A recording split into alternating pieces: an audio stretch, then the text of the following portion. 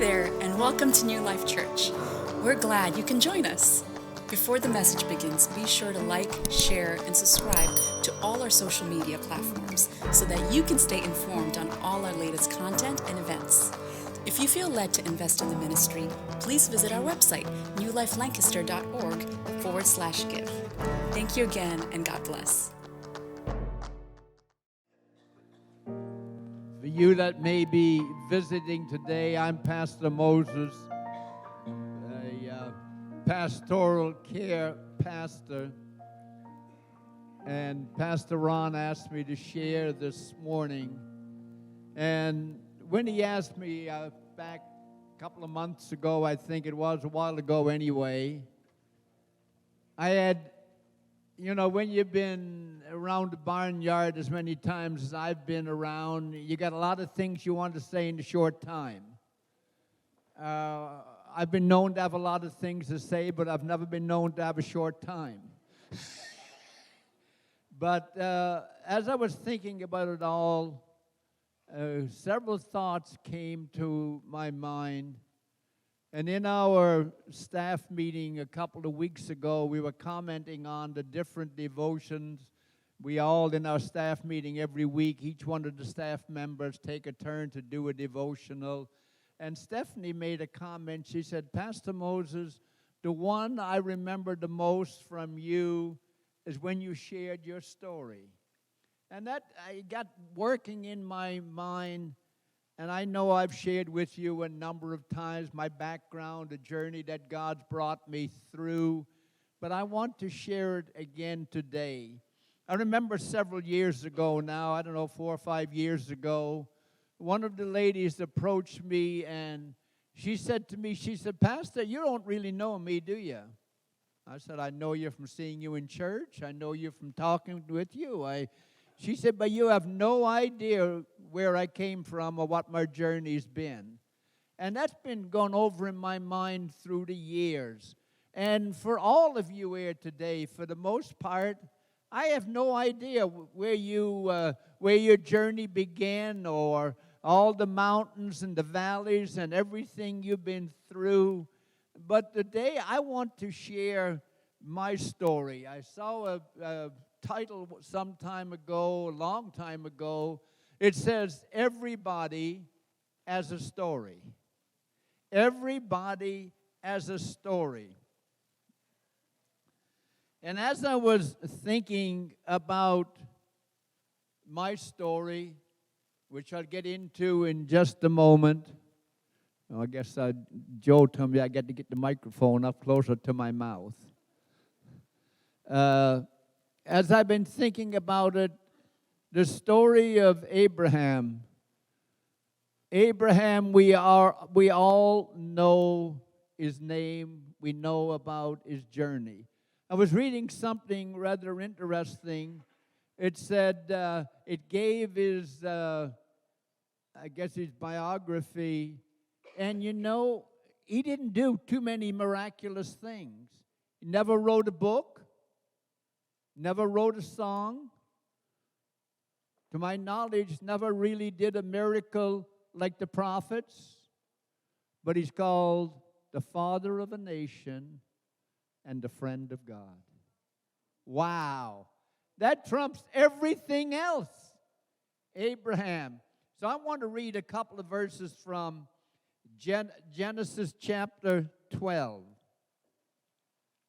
The Lord had said to Abram, leave your country, your people, and your father's household, and go to the land I will show you.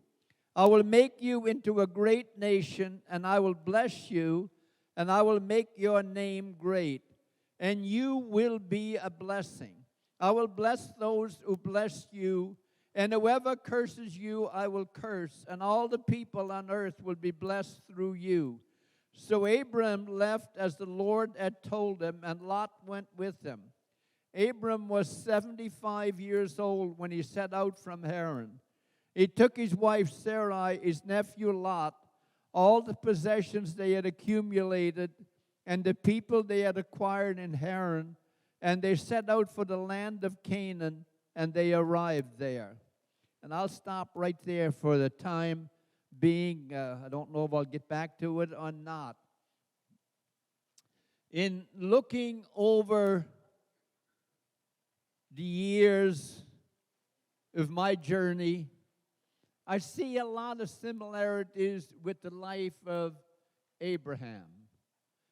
His life had a lot of ups and downs, a lot of times flat places. And I can identify with that. Two things that stand out more than anything else, and this is what I want you to get from the entire message today: the faithfulness of God and the timing of God. God is not only faithful, but God has a time. And sometimes we get down to minutes. Minutes could change the course of history in our lives. I've seen this in my own life. Abraham came from a close-knit family. You talked about when he left, he took his wife, he took his nephew, he took all the people.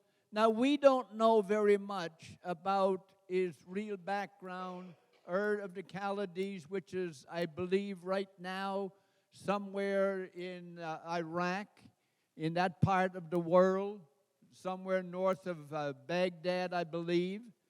But he left there. By the way, Abraham was a Gentile, but he became the father of the Jewish nation. Really? He started out as a Gentile. He grew up in a heathen environment, but he became a friend of God. It's amazing when you stop and look at the details. I grew up in a godly family, grew up in a closely knit family. Mom and dad, our grandparents, my dad's parents lived with us. Or if you ask them, we live with them. I never figured it out. But my mom and dad raised 8 children. And to this day, we are all on speaking terms. Maybe because we're scattered. I have a brother in Wisconsin. I have another brother in, I'm not sure, it's either Alberta or British Columbia, Canada. I have 2 brothers and a sister in Newfoundland, Canada. So we're all spread out, but we talk to each other on the phone just about every month. A closely knit family. My parents were godly parents. I thank God for a dad and mom that prayed for their wayward son. I grew up fast. By the time I was 15, I was on my own, doing my own thing, which wasn't always good. I spent my 16th birthday working in a logging camp. I mean, I was a muscular logger. I weighed every bit of 140 pounds. I mean, that's my background. We grew up in a very backward environment. Everything we did, we had to do it the hard way. We had none of the modern facilities when I was growing up. All of my schooling was in a one-room school all the way through, just like the Amish schools, except the boys had to keep going until they dropped out. But that's the background. But yet, God somehow, some way, in His mercy and grace, put His hand on my life. That's one of the mysteries I'll never, ever be able to understand. My wife, Donna, she grew up in the northern part of Maine, almost the northern tip of Maine, one community above where she was born and raised. There was absolutely no way humanly possible we would have ever met. But God had His hand on her life, and He had His hand on my life, and He had a ministry for us. There's no way she went to, after graduation, went to a Bible college in Maine. Some years after, I went to a Bible college in Rhode Island. And there's no way, but God had a plan. God had a plan. I believe that plan was put in place before we were even born. God knew one day we were going to be, and He had a plan all mapped out for us. Abraham moved from home in the call of God. God said, leave your country, your people, your father's household. That wasn't easy. He had to leave everything. He had to put it all behind him and do what God wanted him to do, but it says he did it. When I was 19 years old, nothing to do with God. I wasn't even serving God. But this is the providence of God.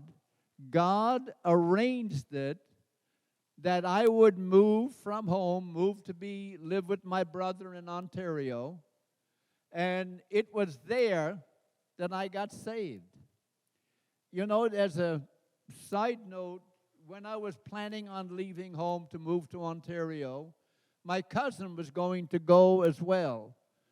And had he gone at the same time, I would have probably spent my time hanging out with him and the wrong crowd, and I would have probably never gotten saved. The last minute, he backed out, and I was there. I arrived in Toronto the last of July, 1st of August, I'm not sure. That November, I got saved. It was an interesting, I used to go to church with my brothers, my one brother in the morning and the other Sunday night. And the Sunday night, when the altar call, time for the altar call, I would say to my brother, Les, could I have the keys to your car? I'd go out and sit in his car and listen to the hockey game. That Sunday night, before I asked him, he pulled the keys out and gave them to me. But before I got a chance to go to the car, a young man came up and stood by my side. His name was Jethro Pickford. He got up and he said, would you like to go to the altar? And I wavered and I wavered. That was the last Sunday in November, 1959. It was a little, what you used to call it, remember some of you were old enough, the mourner's bench, that little bench across. When I got up, I knew my sins were forgiven. They were under the blood. I knew I didn't have to deal with my sins and my past any longer. I knew I was saved. It's been a journey since that day. I got saved, as I said, November. The following March, I was working in a factory where we did drapery track.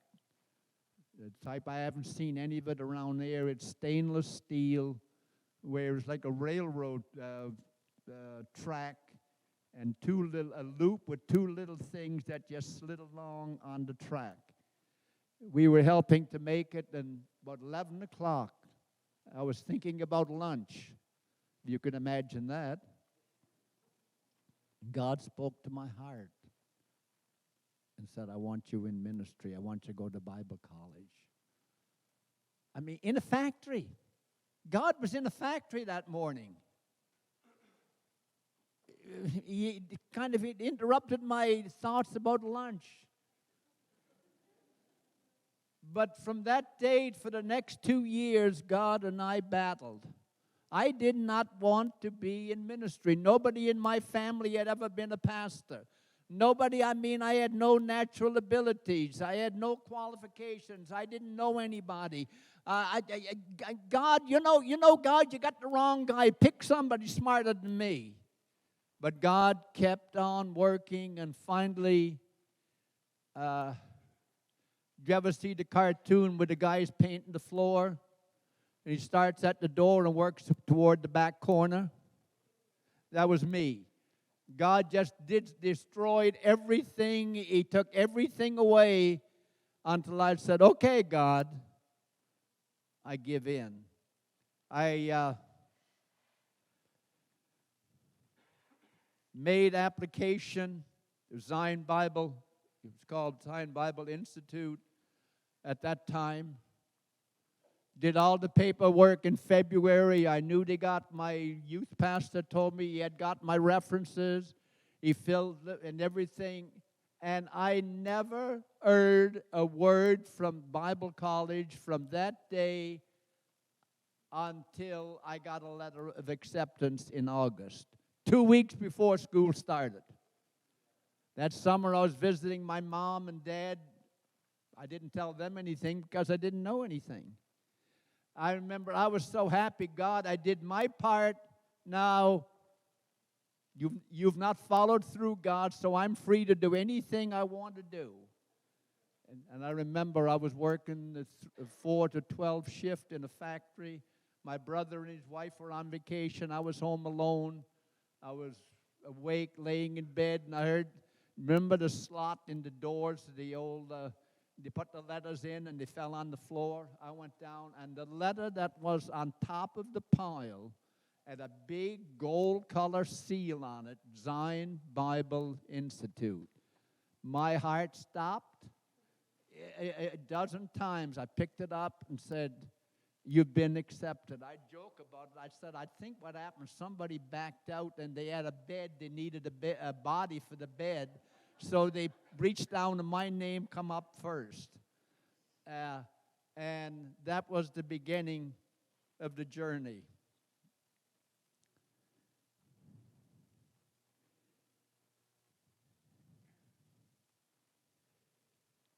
After I got through Bible college, came home, nothing opened up. Everybody, my roommate, he had an opening, somebody else had an opening, somebody else had an opening. I came back, went back in the same old factory I worked in for a number of years, worked hard, made the most money I'd ever made in my entire life. And the people at work would say, what are you going to be doing now? You know, you've gotten through. Are you going to ministry? And I went on and on. And now I come to the timing of God. Our pieces began to come together. 2 years, I think it was, before I graduated, during the summer, I won't go into the circumstances, but I met a man who did the children's ministry, all the visitation ministry at what was then Lakeshore Gospel Tabernacle in Toronto, went on to become Queensway Cathedral. I helped him do some visitation, got to know him a little bit, not really, and we had youth service, and it was sort of an open service. It was anyone could come, but it was based, geared toward youth on a Friday night. At the time, I didn't have a car. I had sold my car and anticipating getting another one, and my friend Gordon picked me up. We got there on Friday evening. As we were getting out of the car, I still remember that we parked over there, facing the road, and over to the left, a person was getting into his car. The guy was, his name was Helix Chaters. He was the one I had worked with for a short time, a couple of summers before. How God worked things out, Alex worked for Carrier Corporation. He was a World War II vet. He worked for Carrier, and he was originally from New Brunswick, Canada. Carrier decided to move their factory from Toronto to some other part of Canada, I don't know where. And Alex didn't want to take his family and move where he wanted to go, so he moved back to where he grew up in New Brunswick. After he got there, he took his expertise in visitation and church work. he found a small church, and the pastor agreed to take him on, and he was instrumental in getting a bus ministry, getting a great work going there. And when he got when he was getting in the car, he looked over and he yelled at me. He said, "What are you doing now?" He said, "You're all done college. What are you doing?" Well, I'm just waiting. Well, why are you waiting? I said, "Because nothing opens." And he just looked at me, said, "The church I'm working with, we got a group of young people. We're looking for a youth pastor. If you're interested, just let us know." He got in his car and drove off. 2 more minutes, if we hadn't got there when we did, 2 minutes would have changed everything. He would have been in his car and gone, and I would have never known about the opening. I prayed and I struggled with it in what is somewhere around American Thanksgiving. Canadian Thanksgiving was long over with. I decided to take a week off. I drove to New Brunswick, got there, and I met the pastor, and I was really struggling. You know, the agreement was we got a group of young people that needs a leader. We've got no place for a pastor to live, and we got no money to pay him, but you're welcome to come. And I struggled with it. And I looked at the situation, and I didn't see how I could be a fit there. But I remembered I was there over the weekend. The following Monday, we were in a different church service, and God spoke to my heart and said, "This is the place." Okay, God. Before the service was over with, I told him, he got word back to the pastor. I said, "I've got to go back to Toronto. I got to give a notice. I got to get through Christmas, but I'll be back the first of the year." And that's exactly what I did. Now let's move another step on timing. I got there the second day of January, 1966. The pastor that I was working with, he lived in a little town in Maine, just across the border, and we were on the Canadian side. He would come over back and forth for his church services. But he also had a nursing home in a little town called Mars Hill, Maine. And God, in His providence, some months earlier, arranged so Donna's mother got a job working at the nursing home. But it was a nursing home that had the third floor that the workers could live there if they wanted to. So they had an apartment up on the third floor. Donna was in Bible college in Old Orchard Beach, Maine. And through circumstances I won't go into, she left Bible college and moved to Mars Hill, Maine, to be with her parents. And the pastor said to her, "Would you like to go to church and help us?" That winter, we had a great move of God. We were running services, I think it was Wednesday, Thursday, Friday, and Sunday. We saw over 100 adults get saved that winter. If you want to get in on a Sunday night, you had to get there a half an hour early. She came. And now her story is a little bit from mine, but she has memory problems. As they were driving in, the pastor's wife described me a little bit. And I remembered I was there, opened up the church and everything. The doors coming in, but just a conventional church, pocket doors, you slid open. The door opened, and this young lady came in with the biggest Bible I've ever seen anybody carry in my life. And I can still describe what she was wearing, the Bible. I'd like to say it was love at first sight. It wasn't. We knew each other from February. We started dating in May. We got married in November.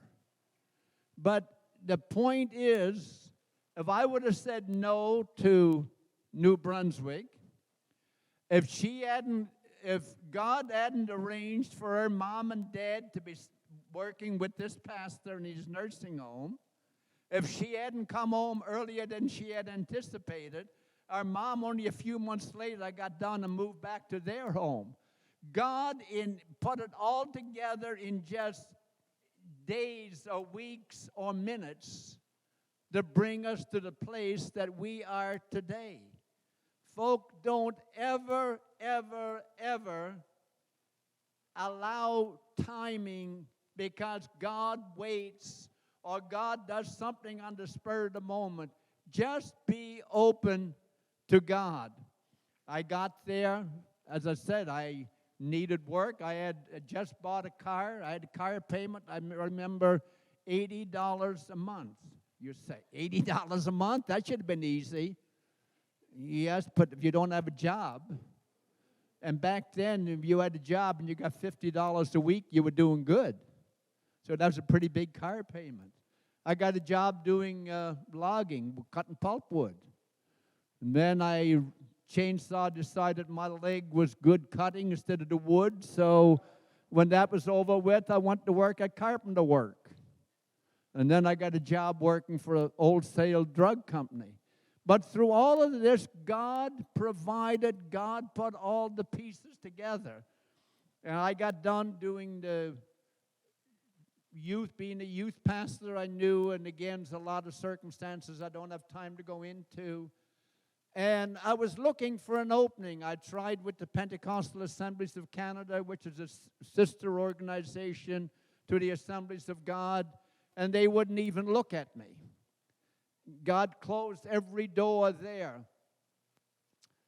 Before I got to New Brunswick, one of my roommates from Bible college accepted a church in a little town called Littleton, Maine, which was about 30 minutes from where I was at. I went to see him, and we were talking, and we were back and forth, and after we got married and all of this, and he said to me one day, he said, would it be okay if I give your name to the superintendent? And I said, I'd love to. Back then, that was before resumes. That was before all that stuff. The superintendent just threw your name, and you had to pray about it and all the rest of it. And I remember it's right after Julie was born, maybe a month after Julie was born. It was on a Wednesday. We were getting ready to go to visit Donna's parents in Maine. I went to the post office, got the mail, and there was a letter from a church in Farmington, Maine. It said, "There, Reverend Baker, your name had been submitted by the superintendent," and there's a bunch of other, "and if you're interested, let us know." Somebody wanted me to be a pastor? I mean, make a long story short, we made arrangements. We drove down. It's about 3-4 hours drive. We went down, spent Saturday night with Donna's brother and his family in Augusta, Maine. And then we were over on Sunday. We drove by the building. It was a huge sign, 4x8 sheet of plywood. Beautiful sign, but that's all that was beautiful. The building looked anything but beautiful. It was bad. In fact, it used to be an old chicken coop. Then it was a dance hall. And then it became a church. They divided it down through the middle. You lived over there, and you had services over there. It's the only place I've ever lived that was air-conditioned year-round. The wind blew in on the west side and blew out on the east side. Literally, I'm not kidding. We accepted it. They said, "We'll give you a place to live and $25 a week." I said, "I'll go for it." We got there. The total income was about $20 a week. God provided a job in a shoe factory. I worked there. And it went on and on. That's where Shelley was born while we were there. But the timing, how God put everything together. To fast forward, we pastored a couple of churches. We were in northern Maine. I got a call one evening, I think it was around end of August, September, from a church in Augusta, Maine that I knew real well. And they said, would you be interested in coming to candidate? I said, well, the timing is real bad right now. I've committed myself to help a potato farmer to get his, potato crop in. But you guys go ahead and get candidates, and if you get somebody, then I'll know it's not God's will for me to come there. Okay, so I forgot about it. November, right around the 1st of November, I got a call. Said, are you still interested? I said, well, what happened? Didn't you get anybody? Oh, we had some candidates, but nobody liked them. I thought, well, that's good. We went, it was the Sunday, I almost think it was Thanksgiving. We went, church had gone through 2 pastors in 3 years. Bill, you understand some of that, don't you? And we went there, I remember, we preached, we did everything, we met with the people, they didn't have a board, the board had been dissolved, just a caretaker board. We went there, that Sunday night, I remember, we were sitting downstairs while they were voting. One of the men came down, he said, it's all yours if you want it.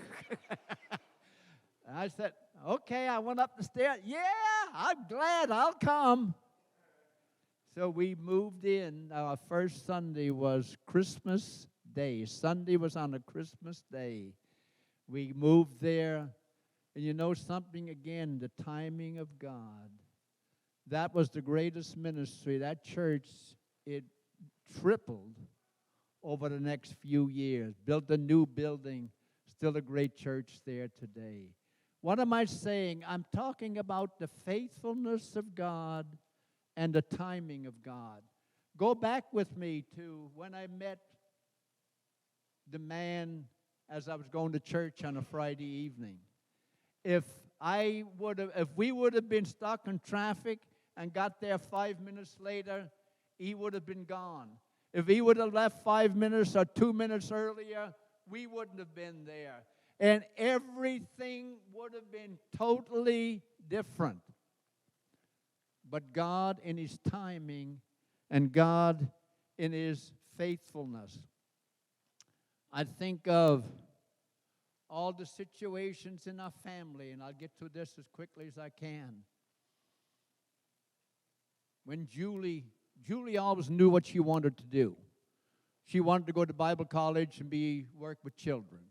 I mean, she was the kind of a kid that growing up, the guidance counselors didn't have to work with her. She knew what she was doing. She went to Valley Forge, graduated. The ministry in North Philly, the pastor came and presented the need. They needed somebody. They had a big, what they called it, a Saturday Sunday school, bus ministry. It was in the highest crime, lowest lifestyle in North Philly. It was in a very rough area. She went there, and I'm not going to go out with all of the details, but while she was there, she met Chris. Now, when Julie told us she was going to North Philly, a little girl out of Maine, to go into North Philly, where when you're knocking on the door to visit somebody and you hear the police in a row house on the next side, spread your arms and legs. Well, they were searching. She had a little boy that was a part of her group where he had been shot with the crossfire. On and on the stories. But when she told us she was going there, and the pastor said, I got a place for you to live. There's going to be a bunch of you living together. But one of the ladies that's living there have just been diagnosed with AIDS. You know, I didn't understand a whole lot about it then, but that didn't go over too good with me. But I knew it was God. She would have never, ever met Chris. And the rest of the story, as you know today, would have never been written. The timing of God. Later on, with Kevin and Linda, the reason we moved to Lancaster, we knew we were coming down. You know, the years were passing by for us, ministry-wise. We had always told them, when you decide to have a family, if I'm old enough to retire, I'll retire and come, and Grammy will be able to help with the kids. They kept telling us when Linda was in Temple doing a doctorate in physical therapy. Kevin was filling in teaching because he didn't want to get a full-time position in Norristown, Pottstown.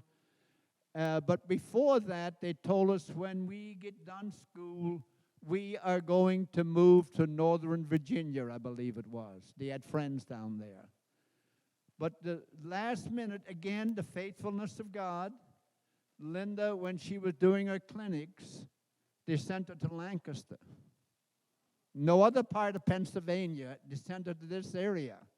She got to do clinics with a company that said to her, when you get done, when you graduate, there's a job here for you. And because of that, they moved to Lancaster. Now keep that in mind. Everything is based on this one thing. They moved to Lancaster. We were back and forth and everything, but one day they called and said, "Are you still up to keeping your promise?" We said, "Yep." But we moved to Lancaster, not Virginia. Then the timing, had it been a year earlier or a year later, it would have been all down the drain. Ron Aki was living in the house up the one pastor is in now. That's where we lived for 4 years. Ron Aki was getting done that December as we moved there in October.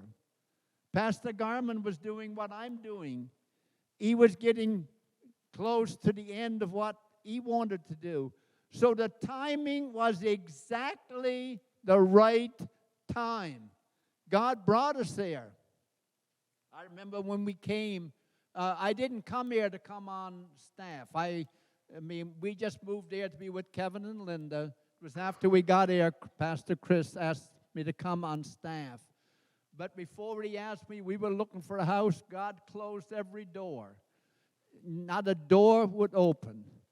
And finally, we came, we lived there. We knew then why God closed. And we lived there for almost 4 years. And I remember one day, by this time, I still remember Donna was in the hospital with heart problems, spent 13 days in LGH. And I was going through all, and right at the end of it, we were having staff meeting, and when the staff meeting was over with, Pastor Chris said to me, he said, "I need to talk to you after the meeting." I said, "Okay." What have I done now? He said, "We've got a new couple moving in," which was Bob and Kelly, "and they've got 3 children. So I think it would be easier for you and Donna to find a place to live, just the 2 of you, than somebody with 3 children. Would it be okay?" I said, "How soon do you need me to move?" "As soon as possible." And I looked at, and now all at once the wheels began to turn. I looked at Pastor Chris. I said, "How sure is my job?" He said, "Well, yeah, your job is secure." I said, "Okay, I'm going to start looking to buy a house." We started looking. We were getting ready to go on vacation. I said, "God, I need a house. I need to have it under contract before I go on vacation." We had it under contract before we went on vacation. Where we're living now with the house, same house with Kevin and Linda. We looked and looked and looked. And Kevin and Linda had their house sold. We had ours sold. We had already had the closing on ours. We were down. It was a nerve-wracking time. And one day I was walking around there, and the thought came to me, pray that there's an elderly couple that plan on selling their home in the near future. Pray that they'll do it right away. I prayed, and I prayed, and I prayed. And I got a call a few days later from Linda. She said, we just found her house. That's how sure she was. She was coming home from work. She opened up her phone to look, and there was one. The realtor called, and you know, God gave us favor with the seller. Back then, you could make, you had to bid on houses. But we got the place where we lived. Timing, faithfulness. I could look back and go on, but I got to get done. Folk, God is faithful, and God's got a time for every move in your life. Don't be afraid to trust God. The God who promised will come through in His time. Heavenly Father, I thank you this morning that you're a faithful God. You're a good God. God, thank you that I've been able to share a little bit of my story. There's so much more. God, you've done so much. You've helped us in so many ways. Thank you. Thank you for your faithfulness, your goodness, your mercy, your grace. And I pray, oh God, that this message somehow will help someone today. God, help them if they're going through a hard time, a difficult time, to not despair because they think you are slow or they think you don't care. Help them to see that you've got everything under control and you work with the big picture in mind, not the small picture. God, be with them and help us now as Pastor Ron comes, oh God, to take the next part of the service. God, be with us and help us in Jesus' name. Amen.